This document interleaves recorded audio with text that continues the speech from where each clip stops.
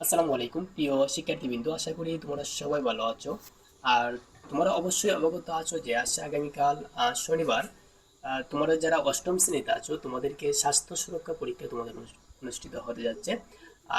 স্বাস্থ্য সুরক্ষা পরীক্ষার যে প্রশ্নপত্রটা আছে আমি এই মুহূর্তে তোমাদের সামনে সেই প্রশ্নপত্রটা উপস্থাপন করব।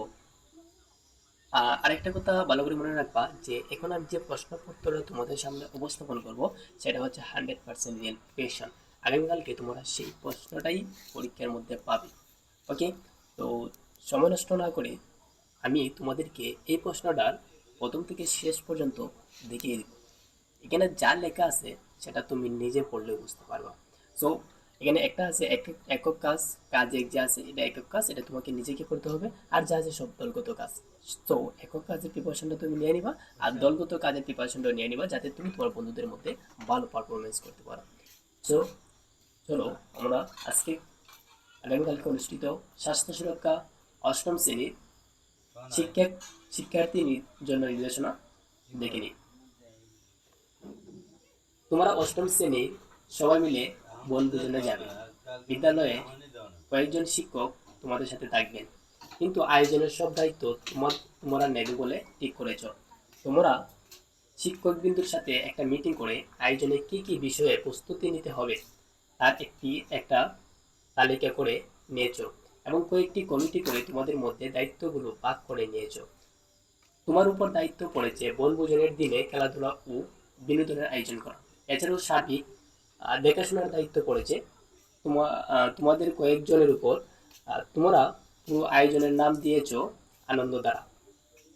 আনন্দধারা আয়োজনকে দায়িত্ব নিয়ে এগিয়ে যাওয়ার জন্য তোমাকে কিছু পরিস্থিতির মধ্যে দিয়ে যেতে হবে।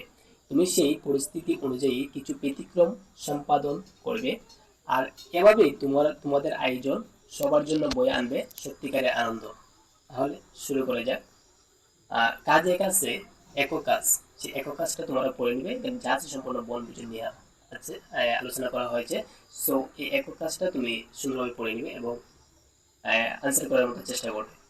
ওকে, এক কাজের মধ্যে দুটো অপশন আছে, সেটা তুমি নিজের মতো করে করবে। একটা চক আছে, এটা একটু ভালো করে দেখে নেবে।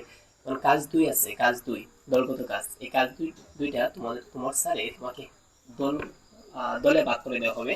আর দলে বসে তোমরা কাজ দুই সম্পাদন করবেন। কি দেওয়া আছে কাজ দুইতে এটা তুমি পড়ে নিবা।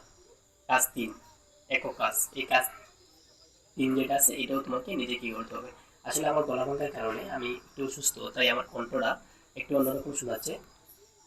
সো আমি সম্পূর্ণ ডিসকাস করতেছি না, তোমরা একটু কষ্ট করে বুঝে নিও প্লিজ।